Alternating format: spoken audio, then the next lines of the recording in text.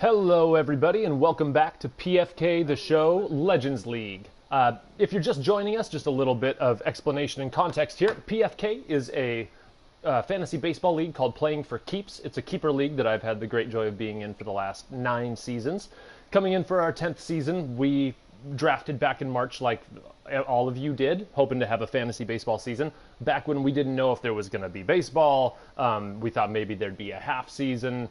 We didn't know. But we went ahead and drafted, and then COVID went and shut the whole world down, and so I figured, why not take all of our fantasy baseball rosters, load them into MLB The Show, and actually start simming games live on Twitch so that we could have a little bit of baseball to cheer for every day while we wait for what would go on to be a very long and very exhausting battle between MLB owners and the MLB Players Association that hopefully may actually be at its conclusion today. We just got news that I think all of the negotiations have fallen apart. They're going back to their earlier agreement, and the owners are just going to dictate a season. Sounds like there's still a pretty big hurdle of getting over players agreeing to the health and safety concerns, which I think could still be a mighty big stumbling block. But anyway, this Legends League here grew out of that earlier PFK the show idea, and this is no longer just our fantasy baseball league. We've expanded this thing to 18 participating owners who have each taken command of a baseball franchise that they're going to be walking through a full 162-game season. And we uploaded 2,500 of the best baseball players in history. Of course, there were a few errors. We didn't get through absolutely everybody and make it perfect, but it's pretty darn close.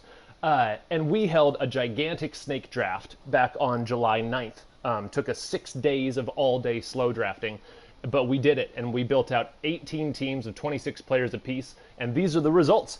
This divisional preview series is all about diving into each of these teams one by one, looking at what makes them tick, how they did in the draft, and giving you kind of a preview as we get ready to launch our regular season on the 4th of July and play this amazing Legends League all the way through November when we crown a World Series champ. So today we're looking at the AL East. We're going to jump in with the Orioles, but before I jump into the Orioles, I got to say that I have declared the AL East to be the AL group of death. This division is nuts. If you listened earlier, the NL West was my choice of group of death for the NL, and it's the East for the AL. It's because all 3 of these teams have either A or A+ lineups. You're not getting a break when you come to the East from any of these offenses. I count up 8 legitimate aces amongst these 3 pitching staffs, and all of them have legit bullpen weapons. So between all that combined, these teams it looks like an absolute nightmare, and a lot of these teams I would be picking as favorites to win some of these other divisions. As it stands, I think this may be the strongest division in the PFK The Show Legends League. So let's jump in with Hank Aaron and the Baltimore Orioles. The Orioles GM picked 5th in our giant snake and went with Hank Aaron as their first player. And I've given this team kind of an overall style assessment of it being a true 5-tool team with no weaknesses. This is a really consistent roster from top to bottom. You don't see a ton of super elite power bats or super elite speed guys or, just a stunning defense that's going to gobble everything up. But what you don't see on this roster is any weaknesses. Every player plays a really good role. Please ignore Chris Hoyles and Ken Williams. The Baltimore franchise actually doesn't have enough position players for the game to let me certify their roster. So he has a bit too many pitchers on his roster working to figure some stuff out before spring training gets going. But yeah, this team is just consistent as it comes, and you're not going to be able to take advantage of any weaknesses because they aren't there. So going around the horn, the Orioles have Rafael Palmeiro at first base, Dustin Pedroia at second, Troy Tulowitzki at short, Evan Longoria and Ray Dandridge splitting time at third, Pete Rose out in left, Carlos Beltran in center, and Hammerin' Hank Aaron doing duties in right field with Yadi Molina behind the plate and Prince Fielder for a DH. On the pitching side, the Orioles have Nolan Ryan as their ace and Lefty Grove as kind of a second ace. Then Cliff Lee, Corey Kluber, and Early Wynn round out the pitching rotation. And here's the massive bullpen that I was just mentioning.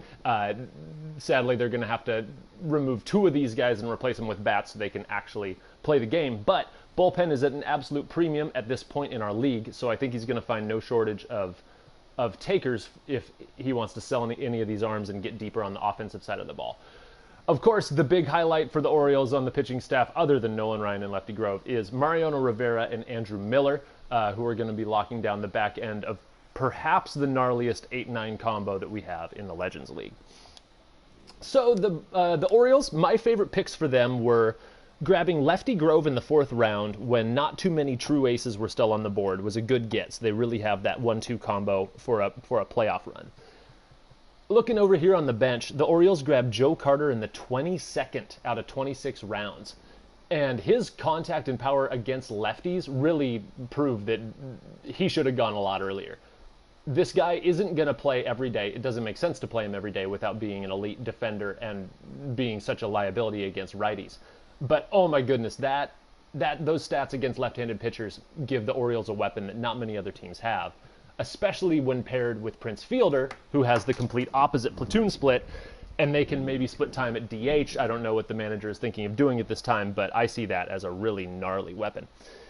And then I also thought it was a great pick to grab Rafael Palmeiro in the 12th round. Again, a guy who you're not going to see any elite stats jump off the page. He doesn't have that eye-popping 98 power, but you're not seeing any weaknesses from Rafa. You can throw him over there at first base. He's not going to be making too many errors. He's not going to be a liability, and he's going to be a really good bat to turn over the middle of that lineup and add some of that lefty versatility to this roster. I do think that this team has the best lineup in the AL East, which is saying a lot. Pete Rose and whoever else ends up at the top of this lineup, I don't know exactly how the Orioles will be rolling out their lineup, but Pete Rose is a great leadoff hitter, and I think he's going to be doing a great job as a spark plug for this team. Tulowitzki could fit as that 2-hitter, or he could be an incredible 5 or 6. If you didn't have Henry Aaron and Prince Fielder and Joe Carter, you would think that Tulo and Palmeiro or Longoria or Beltran are all great options at 3 or 4, but they don't have to be. They get to be incredible depth, bring in some pop later in the lineup. Even when you get down here, Dustin Pedroia is one of the most annoying hitters to face, and he's hitting 8th? Come on. And Yadi Molina, he might be the only weakness in this lineup, but his defense is so worth it that you throw him out there every day and hope that he doesn't kill too many rallies by getting out. So my keys to a legendary season for the Orioles is, number 1, don't get beat by some of these high contact, low strikeout lineups. This pitching rotation is going to strike a lot of people out, especially when you look at Mariano Rivera, Andrew Miller in the bullpen, obviously Nolan Ryan, the all-time strikeouts leader in baseball history. Lefty Grove's a good K pitcher. Cliff Lee can strike out a ton. Corey Kluber's going to strike out some. Early Win is the least K-heavy guy on the team. This could run into some problems against some of these lineups that have really high vision and really high discipline stats and aren't trying to smack the ball, like we'll see later when we go through the NL East. We'll see that the Atlanta Braves are full of contact hitters that are going to be really patient and aren't going to strike out. So that could be the kind of rock to the Orioles' scissors in how some of these strategy decisions are going to go. Luckily, I don't think that they're going to have to face too many of those kind of lineups because there's a lot of power in the AL, and so that strikeout machine could really work for their staff. My second key for the Orioles is that Mariano Rivera and Andrew Miller make it worth the 3rd and 7th round picks that they were given. Mo was the first relief pitcher, I believe, taken off the board in the 3rd round, which was high, but you see those stats, 99 clutch, 96 Ks per 9. I mean, this is one of the best pitchers of all time, and he does deserve that 3rd round draft stock, but is he going to throw enough innings and actually provide that value? If he comes out with 50 saves, then yeah, it's going to be worth it, especially if Andrew Miller is there locking things down and making sure that the Sandman actually gets his chances for his saves. And then my third key for the Orioles is that these 2 guys, Joe Carter and Prince Fielder, equal 1 mega elite hitter. So just imagine, if you will, a guy with 83 contact against righty, 92 contact against left, 95 power right, 99 power left. when you put these two guys together, that is the hitting profile. And that would have come off the board probably in the second or third round. So to get this much value out of a platoon and not need them to play any defense, if that clicks, then this lineup is clicking. And like I was talking about earlier, Beltran gets to be holy crap power out of your 7-hole. That's fantastic. Palmeiro doesn't have to be your main run producer. He can just be the best 6-hitter that he can be, which might be the best 6-hitter in the league. So that I think is a big key, is that this DH platoon plays as one really good all-star. All right, moving on to the Rays. The Tampa Bay Rays picked with the 16th pick in our draft, so they were on the back end and had that quick turn. With their first pick, I'm trying to remember who they took. Did they take A-Rod in the first round? Just checking my draft list to make sure I'm not lying here. Yep. The Rays took Alex Rodriguez at the end of the first round, and then Greg Maddux when it came back. A couple kind of risky picks, I think. A-Rod less risky than Maddux. A-Rod's clutch rating isn't the best. He's a third baseman, so there's a lot of depth there, but his ability to play shortstop really means that getting that high of a bat that early, who can actually play the shortstop position and not be a defensive liability, makes a lot of sense for that draft stock. We'll look at Maddux here in a second and see why he's really going to be a boomer bust pick. So the Rays, I've labeled the Swiss Army team, because I went and put together what I thought was how the Rays were going to be doing things, and then I went and checked his, we have a page where these owners can update their lineups, and then I go back and put them into the game. And he was using his roster way differently than I thought, and I just thought that was super fascinating. So what we've got going on is, for sure, we know that Jim Edmonds is out in center, Paul O'Neill's in right. There's a whole bunch of players that can play left or swap into that corner or center outfield spot. A-Rod's going to hold down most of the time at third, Tony Fernandez at short, Roberto Alomar at second, and then the first base duties are maybe the most fascinating about what's going on here. You would think that Cody Bellinger would be, he's a great defensive first baseman, but we know that he's also an asset in the outfield. So being able to use him at first, left, and right, and maybe even some center, which it seems like the Rays are planning on doing, gets a lot out of his profile. And instead what we see is a platoon where Ted Simmons and Buster Posey are splitting a platoon between catcher and first base, whether they're facing a lefty or a righty. That's going to keep both of these guys really fresh, so you're never going to have a catcher who's mega tired. First base isn't that draining of a position. But you're going to keep their bats in the lineup all the time, so they're going to be really happy about it. And then it allows for all these other guys, especially Cody Bellinger, to be flexible around the field. Then you add on top of that, like I said, A-Rod can play two positions. Alomar's locked in at second base, but that's fine. He's a stud. And then you've got Ben Zobrist, who can play literally anywhere. And then you've got Whit Merrifield, who can play anywhere. Then you've got Hanley Ramirez, who's a great backup shortstop. He doesn't have a secondary position, which I think I'll change, because he definitely played some third in his career. And George Foster, who's a great player that I didn't know much about coming into this, gives even more outfield flexibility, or maybe just exists as a strong pinch hitting bat. But yeah, this team is just so fascinating because of how many different iterations of this lineup you could put together, swapping guys around the field. Super fun. I'm going to have a blast watching how the Rays actually use this roster over the course of the season. On the pitching side, the Rays, they were almost one of my favorite rotations, but they fall just short, and that's really saying a lot for the other rotation left to talk about in this division. The Rays have Greg Maddux, Chris Sale, John Smoltz, Patrick Corbin, and John Lester in a rotation, which is just gnarly. That's three true aces. Only a couple teams in the Legends League have three true aces. They grab Billy Wagner as a great closer, who might be a little risky, but he could also be just one of the ace relievers in this whole league.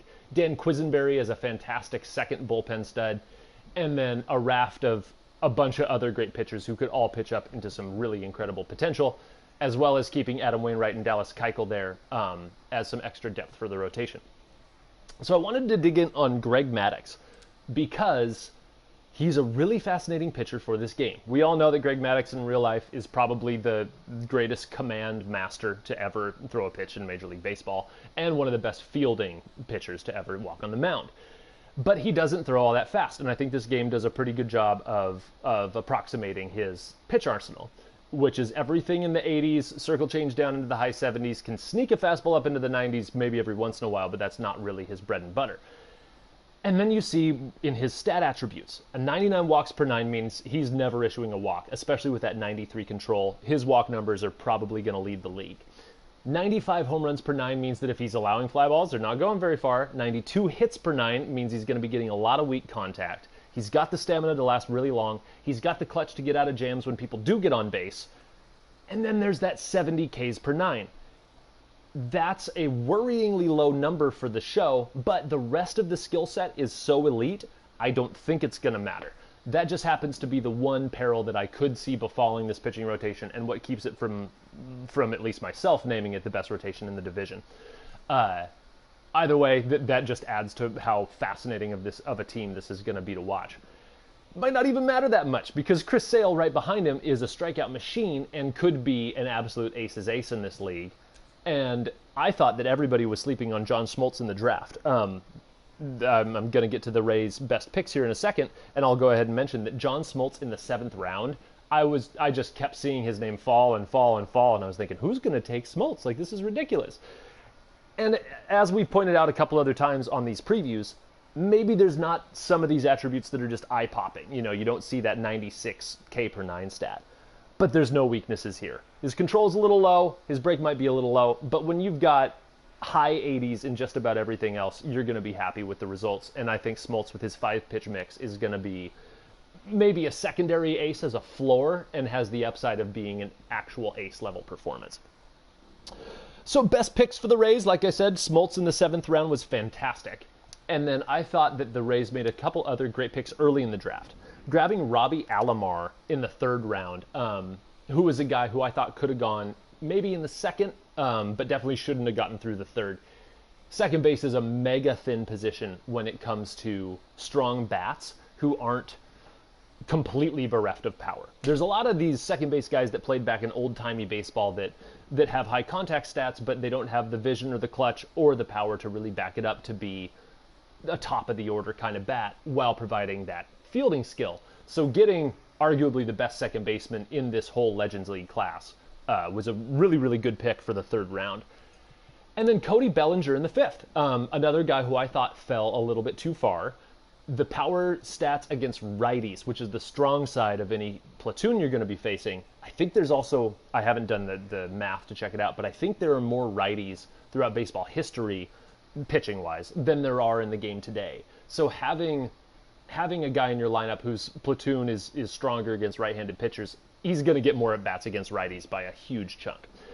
So the weaker stats against lefties just don't matter as much. When you add in good speed, really good defense, and the ability to play first base and all 3 outfield positions, he was a guy I thought could have gone way earlier. Grabbing him in the 5th was a great pick. My keys to a legendary season for the A's. Number 1 is that this outfield hits enough to guarantee that their amazing defense stays on the field all the time. So when we look at Jim Edmonds, obviously one of the best fielding center fielders to ever play the game, and he's given that love in the game as well, but his bat isn't the best. Again, the strong side platoon is on the right side, so he can do damage against the majority of pitchers he faces, but he's kind of a liability against lefties, and that vision stat isn't anything to write home about. Bellinger, I think we're going to see the bat prove itself. I'm not too worried about that. But then we've also got Paul O'Neill, who I don't think is rated as good of a hitter as I would have expected him to, at least. The vision, discipline, and clutch are there, but the actual contact and power stats aren't super high. He's a good fielder. He's going to be a great player, but is he going to hit well enough to keep that defense out in right field for every game? George Foster, another guy with that huge arm strength that could come in and take some of that left field or right field time if maybe the bats aren't humming as much and you need a little bit more of that power in that lineup. And then again, you have Ben Zobrist and Whit Merrifield lurking here in the wings, who don't provide as much on the defensive side. But anyway, if Paul O'Neill and Jim Edmonds and whatever amalgamation of left fielders there are, if they hit well enough to keep that defense in the game, then this is one of the strongest defenses, strongest outfield defenses specifically that we've got going. My second key for the Rays is that the AI can actually execute this strategy well and keep all the players happy. So with the morale mechanism in this game, sometimes if a guy, only plays against lefties and he's sitting the rest of the time, or maybe he only sneaks in at DH every once in a while, his morale's going to tank because he expects to be an everyday player. That doesn't necessarily mean it's the end of the world. I've only seen players play down maybe 4 or 5 overall when they're pissed off. So Jim Thome would hit as like a 94 or a 93, maybe a 92, worst case scenario, if he's mad. He won't be mad, but somebody like George Foster might be, because he's a 92 overall. He expects to be in that lineup every day. With so many moving pieces, if the AI actually does a good job of using this Swiss Army team in a good way, I think everybody will get enough at bats that everybody will stay happy. But that really is a key for the Rays, is that the AI figures out how to execute the strategy that the GM has put in place. And then my final key for the Rays is that Billy Wagner actually cements his role as the closer, or Dan Quisenberry takes over early. Billy Wagner, great real-life pitcher. 99 hits per 9, 99 Ks per 9, 97 clutch. That's going to play really, really well as a closer. I think that he's going to emerge early as one of these guys that is just locked down, 3 up, 3 down every time he comes in to the game. It's also totally possible that 80 walks per 9 and 75 home runs per 9 with 72 control means that he's a roller coaster every time he comes in to save a game. If he can't establish himself as a true closer and starts losing games for the Rays, I think Dan Quisenberry might actually be a better choice to come in. The 75 Ks per 9 means that I think that the Rays are smart to run with Billy Wagner as a closer first. You'd rather he be your established closer by the time you get to the playoff stretch. But if he falters, there's this guy just sitting there with 95 clutch. He's not going to give up home runs and walks. He's not going to allow many hits. He's just not going to strike the world out. So he's an incredible backstop just in case things don't work out. But hopefully Billy Wagner does cement himself, and this becomes almost to the tier of the Orioles, having Andrew Miller and Mariano Rivera at the back end. These guys could bring almost that good a production, and I wouldn't be too surprised. Alrighty, moving on to the Toronto Blue Jays. The Blue Jays picked 6th in our snake draft. They were actually right behind the Orioles, which I should have paid more attention to during the draft, that there were division mates sniping picks from one another. While I'm on the subject of sniping, this draft was really, really fun to run for me. I don't have a team in this league. I'm just commissionering and running everything from behind the scenes, which I'm having a blast with.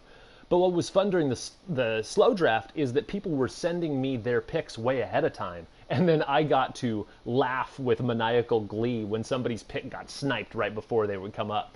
And this draft was absolutely brutal for sniping. Normally in your, fantasy baseball drafts, the first 5 or 6 rounds, you're going to hear a lot of groans of, oh, you took my guy right before I was there. But by the time you get to the 7th, 8th round, it's not like it's a snipe fest anymore. People usually have their guys. Maybe half the league already has a catcher, so you're not fighting over a limited resource there. You don't have as much of that conflict in a regular redraft league. But this Legends League was an absolute snipe-a-palooza all the way through, all 26 rounds. People were getting their picks snatched away from them at the last minute, particularly the Oakland A's GM on the first couple days of drafting. He was just getting everybody he wanted taken in heartbreaking fashion every single round. I thought he was cursed or something. But I think that really shows just how sharp this room was in terms of everybody knowing their stuff about baseball and knowing how to put together a good baseball team while they're doing it. So big props to everybody who was in this draft. It was a blast watching you all do this. So the Blue Jays with their 6th pick, who did they take first? Oh yeah, this team actually spent, I think it was the only team to spend their first 2 picks on pitching. So we're going to see why this is the best rotation in the AL East for sure, and maybe in all of Legends League here in a second. But first, let's have a look around the horn. We've got Casey Mize at first, Jackie Robinson at second, who was taken with the 42 overall pick in the draft. Don't sleep on that one. That was amazing. Shortstop is Alex Bregman. Third base, Nolan Arenado, with Thurman Munson doing the catching, Fred McGriff at DH. An outfield of Dave Parker in left, Kenny Lofton in center, and Roberto Clemente in right field. And then let's look at this pitching rotation. Their first pick was Roger Clemens, and their second pick was Tom Seaver. Oh my goodness, that's incredible. Both of these guys' stats are absolutely off the charts. And then you follow it up with another 99 with Jim Palmer. Not many people have 3 99s in this league on their starting rotation. Jack Morris as a 96 is really bringing a lot of his value through stamina, but he's still a good pitcher, especially as a 4. And Josh Beckett was another huge value pick late in the draft for the Blue Jays. Then when we look over to the pen, got Jonathan Papelbon as a more than serviceable closer at the back end, and then a lot of depth in this pen while not having a lot of eye-popping numbers like we're seeing from some of these pens. With a lot of depth for that starting rotation, Cole Hamels and Trevor Bauer coming out of the long rotation spots. So I personally think that Roger Clemens and Tom Seaver at 1 and 2 was one of the Blue Jays' best picks. It was risky when you've got so many of these absolute elite bats going off the board. At the time when the Blue Jays picked, Joe DiMaggio was still available, Ted Williams was still available. Let's see who else went after Clemens. Mickey Mantle was on the board, Oscar Charleston, Lou Gehrig, Mike Trout, just a Ty Cobb, A-Rod, tons of names that it's really hard to say, you know what, I'm not going to take the guy who's going to come out here every day. I'm going to take a pitcher who only pitches 1 every 5 days, and I'm going to rely that he's going to bring enough value that he's worth my first overall pick. It was way against the grain of how the draft was going, and it may end up being the strategy that makes all of this click for the Blue Jays. Because when you look at this lineup, it's not like they're sacrificing anything. It's not like you find any weak spots with this roster because, oh, they went pitcher early and now they're screwed at shortstop. No, they got Alex Bregman. They're fine. So for me, taking that risk out on the limb for Clemens and Seaver 1-2 was a pretty big get. Kenny Lofton in the 9th round. Center field was getting pretty thin. I think we had 10 center fielders taken in the first 2 rounds or something like that. And a lot of these guys, you know, Mickey Mantle and Joe DiMaggio and Mike Trout and Ken Griffey Jr., Willie Mays. There's a lot of these eye-popping legends. And then Kenny Lofton just kind of falls, even though his stat profile is exactly what you want out of your leadoff hitter. He doesn't have a lot of discipline, so he's not drawing a ton of walks, but for a lot of teams, you don't want your leadoff guy taking a walk. You want him putting the bat on the ball and getting your lineup going. So having 84 vision, along with 90 and 88 contact ratings, while being an elite center fielder with elite speed, huge value for the 9th round. And then my pick for pick of the entire draft was when the Blue Jays grabbed Roberto Clemente in the 5th round. You open up this player profile, and this doesn't look like a 98. This looks like one of those guys who was so much of a 99 that I called him a 99 plus. If the rating went above 99, I think those guys would have been hundreds or 102s or 127 if it was Babe Ruth. But Clemente somehow is here as a 98 with elite contact against both hands. 92 vision, 93 clutch. You live with the low discipline because you don't need him to walk. And then 99 fielding, 99 arm strength, 96 arm accuracy, and 97 reaction with 80 speed. He's the best defensive right fielder in the game.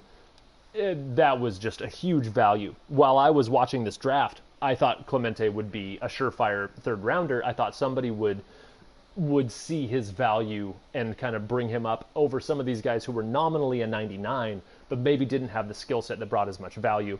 But he kept falling, and then all of a sudden in the 5th round he finally goes, and I think that may end up being the value of this whole draft. All right, my keys to a legendary season for the Jays. Number 1 is that stamina equals performance from their pitching rotation. When you look at these guys, all of them have absolute massive stamina numbers except for Beckett, but still 88 is no slouch. He'll still be able to pitch 7 innings and be strong throughout.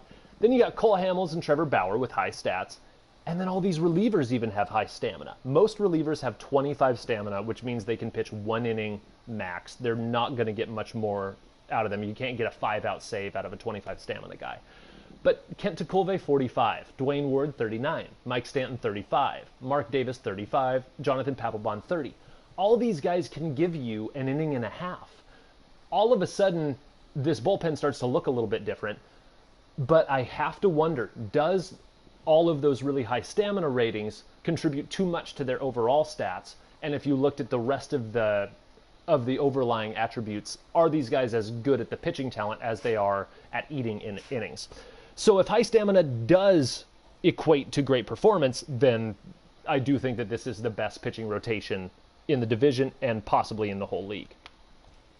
My second key for the Jays is that Bregman and Jackie are good enough up the middle defensively to warrant their bats being in there every single day. So Jackie's not a black hole of a defender. He's still pretty solid. 85 reaction, 82 fielding.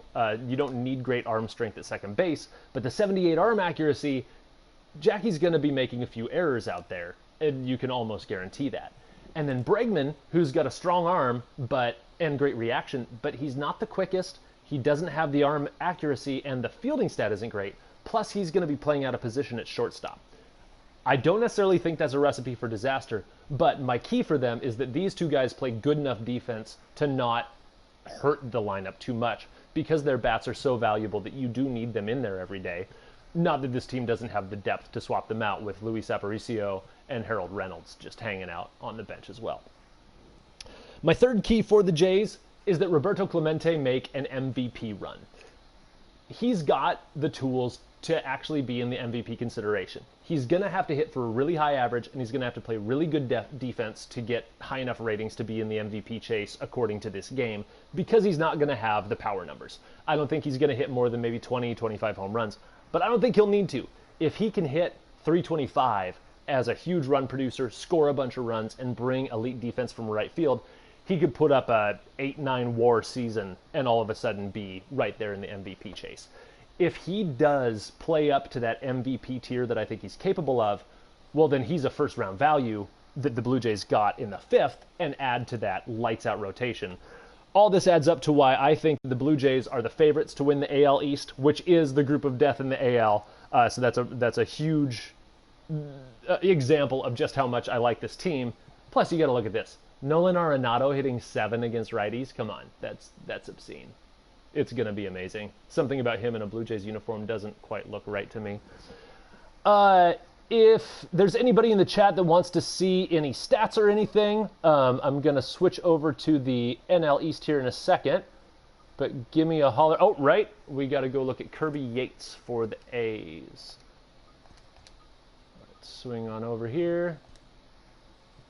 Pitching rotation. Making sure everybody gets a chance to actually look at the attributes of their players, so you actually know how to use them properly. Give me a holler on the chat if you want me to look anywhere else.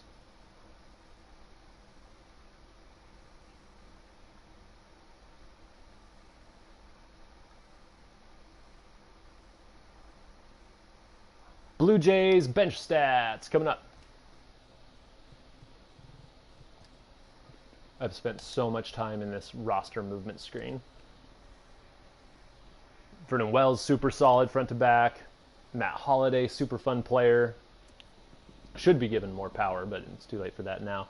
Luis Aparicio with the great defense and speed. What a great pinch runner he's going to be. Harold Reynolds, another fantastic pinch runner who's going to be valuable to give some days off at second for Jackie Robinson. And Ken Caminiti, real strong arm at third base. And that is the Jays bench.